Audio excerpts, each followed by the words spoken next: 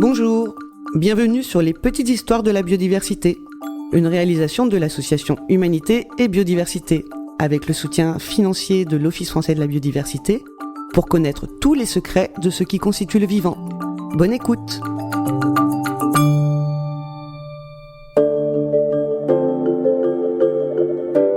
Chers amis et chères amies de la biodiversité, après avoir rendu visite au calmar géant, je vous propose de découvrir ses cousins d'hier et d'aujourd'hui.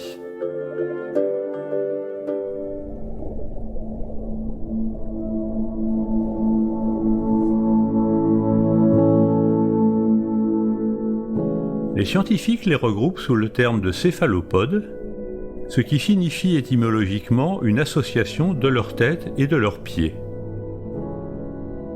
En fait, ce ne sont pas des pieds, mais des bras munis de ventouses et parfois de crochets qui entourent la bouche de l'animal et lui servent à capturer ses proies. Aujourd'hui, on connaît environ 800 espèces de céphalopodes. Les plus proches cousins des calmars géants, ce sont les encornets, bien connus des pêcheurs. Le terme regroupe une dizaine d'espèces à travers le monde.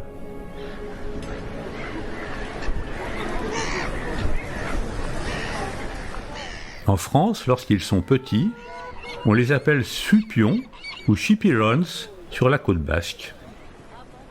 Viennent ensuite les seiches, qui possèdent une sorte d'os interne en calcaire poreux. Vous l'avez certainement observé, car on le donne aux petits oiseaux en cage comme source de calcium. Les pores de ces os contiennent de l'azote, ce qui permet à l'animal de flotter sans effort. Il existe une centaine d'espèces de seiches dans le monde.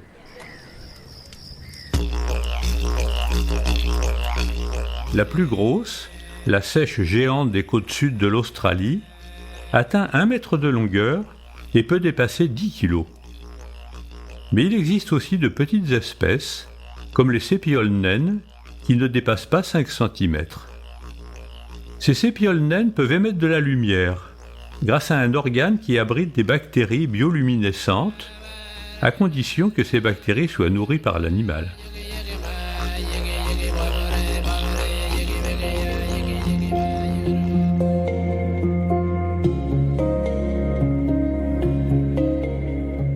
Les seiches et les calmars sont bien connus des biologistes, car ils possèdent des cellules nerveuses dont la fibre conductrice, qu'on appelle l'axone, peut atteindre 1 mm de diamètre, soit le diamètre d'un spaghetti, alors que ces axes sont en général 1000 fois plus minces dans les autres espèces.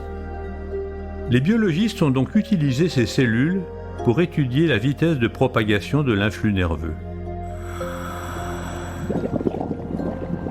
Le groupe le plus important parmi les céphalopodes d'aujourd'hui est celui des poulpes, également appelés pieuvres, qui ont un corps entièrement mou et seulement 8 bras. Ce groupe comprend 300 espèces, dont seulement une dizaine sont pêchées. Ce sont des espèces fascinantes pour de nombreux aspects. Par exemple, lorsqu'un bras est coupé, il peut régénérer, d'où peut-être le mythe de l'hydre de Lerne combattu par Hercule. On les dit aussi très intelligentes.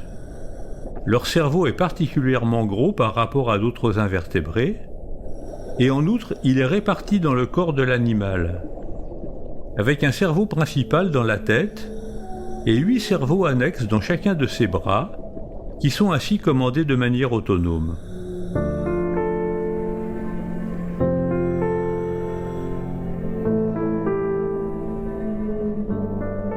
Les pieuvres sont capables de se construire des abris individuels ou collectifs, en assemblant des coquillages ou d'autres débris. Elles sont capables de dévisser le couvercle d'un bocal contenant un crabe et même de reconnaître des personnes.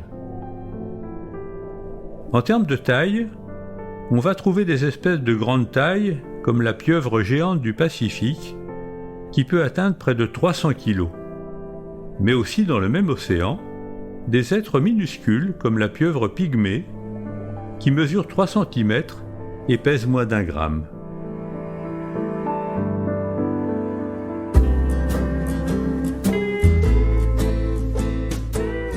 Une dernière observation sur ce groupe étonnant. La variation de taille peut se faire au sein d'une même espèce, entre les mâles et les femelles. Ainsi, chez la pieuvre couverture, une espèce des eaux tropicales des océans Indien et Pacifique, la femelle pèse environ 10 kg et le mâle moins d'1 gramme.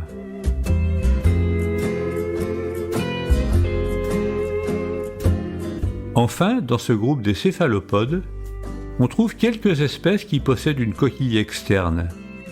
Ce sont les nautiles, qui comprennent 6 ou 7 espèces.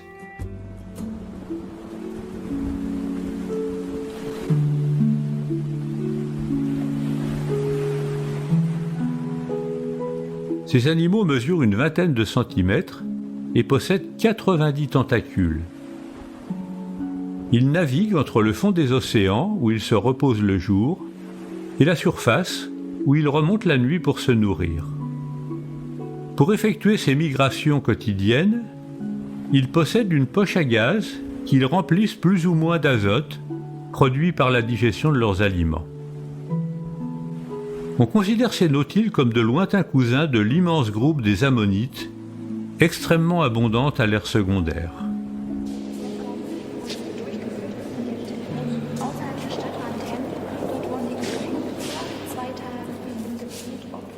Si vous visitez le muséum de Münster en Allemagne, vous pourrez y admirer une coquille gigantesque enroulée en spirale de l'une de ces ammonites. Elle est incomplète et l'on estime que la coquille complète dépassait 2,50 m de diamètre et que l'animal qu'elle abritait, du joli nom de Parapus ossia, pesait plus d'1 tonne. On estime que ce groupe des ammonites, apparu à l'ère primaire, a compté au moins 20 000 espèces, certaines de grande taille, d'autres minuscules, les unes avec des coquilles enroulées, d'autres avec des coquilles en partie déroulées en forme de crosse.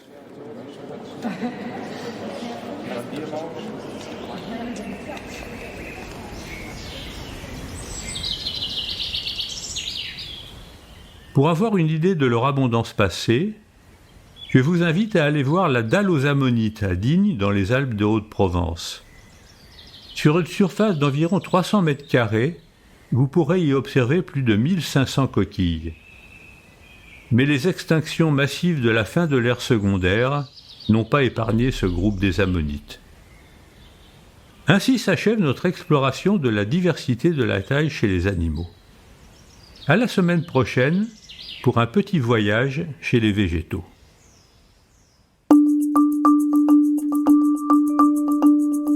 Merci pour votre écoute et rendez-vous la semaine prochaine pour un nouvel épisode. Retrouvez les petites histoires de la biodiversité sur toutes les plateformes de podcast et rejoignez-nous sur les réseaux sociaux indiqués dans la description. Si vous avez aimé ce podcast, offrez-lui 5 étoiles sur votre plateforme d'écoute avec un commentaire. Et pour tout savoir sur les actions de notre association, pour agir et nous rejoindre, rendez-vous sur humanité-biodiversité.fr. À bientôt!